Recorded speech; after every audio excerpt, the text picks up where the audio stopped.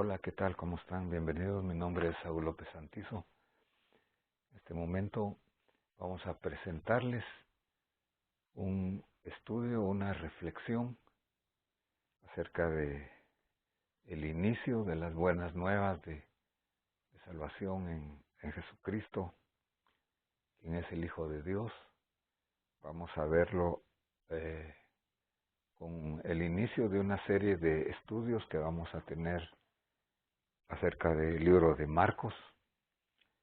Vamos a ver que nosotros necesitamos estar preparados y en qué consiste esa preparación. Lo vamos a ver en el desarrollo de este estudio. Tenemos que estar preparados para recibir la visitación, para recibir una visitación de Dios. El Evangelio de Marcos es el Evangelio de lo práctico, podemos decir. No hay muchos discursos, sino que hay más milagros, hay más cosas prácticas. Es un evangelio dirigido a los romanos. Podemos decir esto debido a algunas palabras que utiliza, como por ejemplo centurión, por ejemplo cuadrante, que es una medida, una moneda romana, azotes, pretorio, etcétera. Y también es un evangelio que tiene, podemos decir, la influencia muy fuerte del apóstol Pedro. Marcos era discípulo de Pedro. El estilo es un estilo muy vívido, se caracteriza por una palabra, por ejemplo, inmediatamente o luego. También hay muchas palabras en arameo aquí que son la influencia del apóstol Pedro. Tenemos nosotros entonces que es el principio, o sea, es el inicio, así como el libro de Génesis es el principio de la creación de Dios. El inicio de Juan es el principio del verbo. Aquí es el principio del Evangelio, que quiere decir las buenas noticias. Las buenas noticias básicamente son de que el Señor Jesucristo, o sea, el que salva y el ungido, el Yahshua HaMashiach, el Hijo, es el Hijo de Dios, es el único Hijo de Dios. Entonces, en esta introducción nos presenta la profecía. Recordemos que habían pasado 400 años de silencio. El profeta Malaquías era el último que había hablado. Tenemos en Malaquías 3:1 que el Señor dice: he aquí envío mi mensajero. Y también el escritor aquí, o sea, Marcos, menciona a Isaías específicamente Isaías 43, donde dice, el cual preparará tu camino, o sea, el mensajero que hablaba Malaquías. Isaías dice, el cual preparará tu camino. Voz que clama en el desierto, preparad el camino del Señor, haced derechas sus sendas. Entonces, en el contexto de la Biblia que estamos viendo aquí, era el caso de un rey majestuoso que llegaba a un poblado y se le tenía que hacer una carretera, podemos decir, se le tenía que hacer un camino adecuado, se tenían que tapar los hoyos, allanar el camino, y se tenían que bajar también las colinas, o sea, preparar el camino para darle una bienvenida y una presentación a este rey. En este caso es el Mesías, Jesucristo, el que tiene que ser preparado. Vamos a ver cómo. Y vamos a ver aquí que interviene el personaje llamado Juan el Bautista, o Johanán, que significa el Señor tiene gracia, o el Señor está lleno de gracia y realmente es la gracia del Señor la que iba a visitar, porque como dice Juan, la gracia y la verdad vinieron a través de Jesucristo, como dice Juan el evangelista. Pero Juan el Bautista entonces viene a presentar, viene a preparar el camino, no un camino, una carretera física, sino que los corazones. Entonces él iba en primer lugar a preparar los corazones y en segundo lugar a presentar a un personaje muy especial, que era el Mesías. ¿Cómo iba a preparar los corazones? Dice entonces que Juan el Bautista apareció en el desierto predicando o proclamando, era un anuncio, era una predicación, no tanto una enseñanza, sino una predicación, el bautismo de arrepentimiento para perdón de pecados. Y entonces dice que acudía a él toda la región de Judea y toda la gente de Jerusalén, y confesando sus pecados eran bautizados por él en el río Jordán. Este hombre, podemos decir que era un hombre extraordinario, en primer lugar porque no iba al lugar estratégico para hablarle a la gente, a los lugares públicos, sino que estaba en el desierto y ahí le llegaban a él. Acudía la multitud, dice, a escucharles. Y no era un mensaje de oferta, sino era un mensaje de demanda. ¿Cuál era este mensaje? Era un mensaje de arrepentimiento. ¿Qué significa arrepentimiento? Significa una disposición mental, significa un cambio de mente, un cambio de dirección de los caminos propios a los caminos de Dios. Y para esto tenían ellos que confesar sus pecados. Y como decía Martín Lutero, el primer paso para la salvación es el reconocimiento de nuestros pecados. Entonces, el bautismo en agua era una sumersión total en el agua.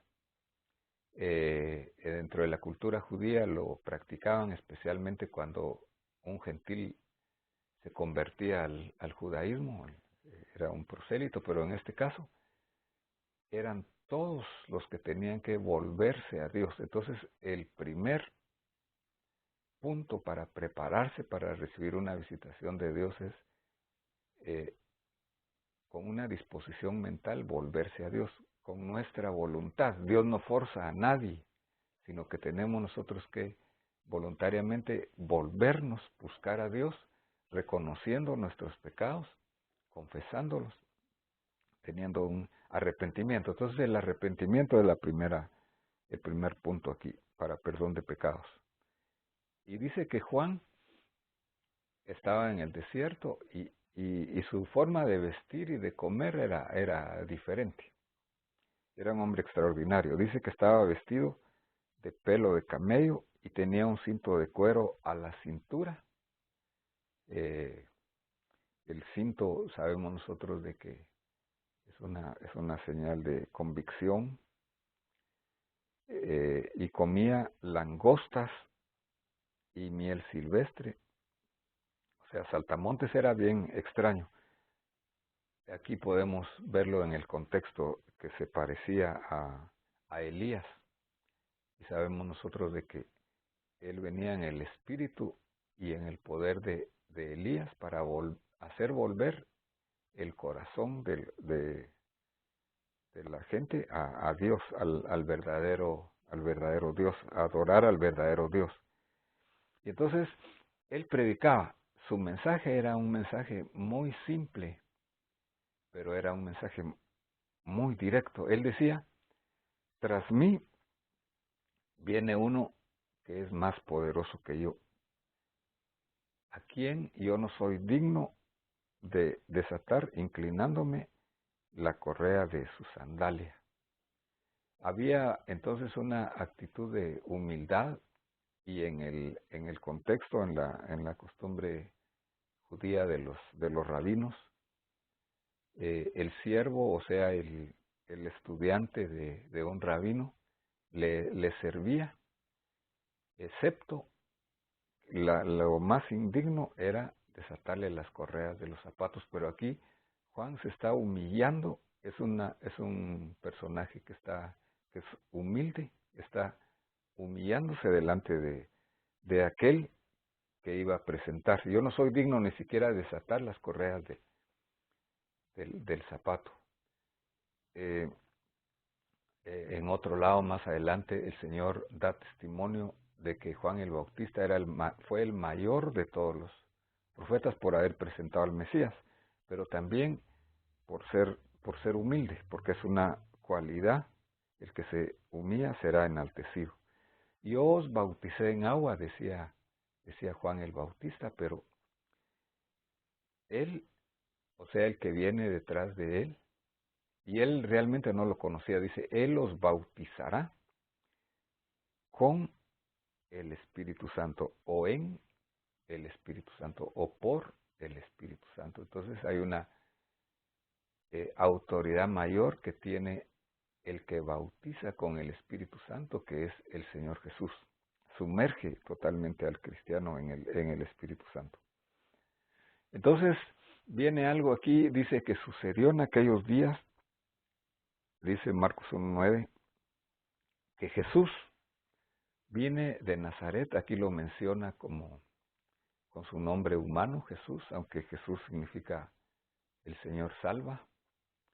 Jesús vino de Nazaret, de Galilea, donde él se había crecido, y fue bautizado por Juan el Bautista.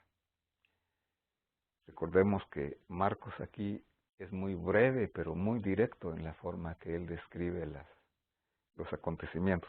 E inmediatamente dice, al salir del agua, o sea, un bautismo en sumersión, que se sumerge totalmente en el agua, vio los cielos que se abrían y que el Espíritu Santo como paloma descendía sobre él. Entonces aquí viene el poder del Espíritu Santo sobre la humanidad de Jesús. Jesús necesitó del poder del Espíritu Santo porque él era 100% hombre. Y dice, y vino una voz de los cielos que decía, tú eres mi hijo amado. O sea, es el Padre el que está hablando. Tú eres mi hijo amado, en ti me he complacido. Él es nuestro modelo. Aquí vemos una enseñanza de la Trinidad. Está el Padre hablando, está diciendo, este es mi Hijo amado, está hablando al Hijo, y está descendiendo el Espíritu Santo sobre él. Desde este momento entonces empieza el ministerio del Señor Jesús, respaldado con la autoridad y el poder del Espíritu Santo. Estas son características que debemos de tener nosotros como parte de la Iglesia de Cristo, porque es el cuerpo de Cristo, nuestra cabeza es una cabeza sobrenatural que es el Señor Jesús. Dice, enseguida, dice, el Espíritu le impulsó a ir al desierto. Había habido entonces situaciones anteriores, el pueblo de Israel había estado en el desierto, muchos estuvieron en el desierto, Moisés, Elías, etcétera, y estuvo en el desierto 40 días, siendo tentado por Satanás, y estaba entre las fieras, y los ángeles le servían. Aquí vemos entonces al postrer Adán, que es Jesús, el Cordero de Dios perfecto, santo. Él venció al tentador, él fue servido por los ángeles en el mundo espiritual de luz, y tenía sujeto también a él mismo, a las fieras, dice aquí, estaban entre fieras y los ángeles le servían, como Adán antes de pecar. La naturaleza estaba sujeta a él. Aquí vemos a Jesús también vencedor con con autoridad.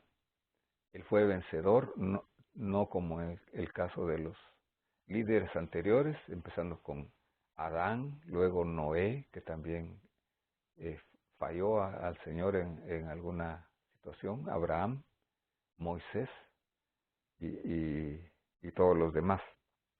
Dice que después, voy a ir terminando ya en el versículo 14, que Juan había sido encarcelado o que había sido entregado. Jesús vino a Galilea proclamando el Evangelio de Dios. Aquí empieza entonces el ministerio del Señor Jesús y predicaba. Ese es el inicio de la predicación del Señor.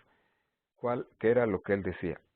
El tiempo se ha cumplido, el reino de Dios se ha acercado. Arrepentíos y creed en el Evangelio.